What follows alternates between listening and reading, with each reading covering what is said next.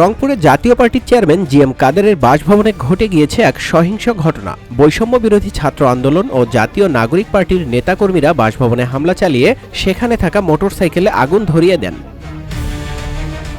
এর পরপরই পাল্টাপাল্টি অবস্থান নেয় বৈষম্য বিরোধী ছাত্র আন্দোলন ও জাতীয় পার্টির নেতাকর্মীরা। তাদের মধ্যে কয়েক দফায় ধাওয়া পাল্টা ধাওয়ার ঘটনাও ঘটে।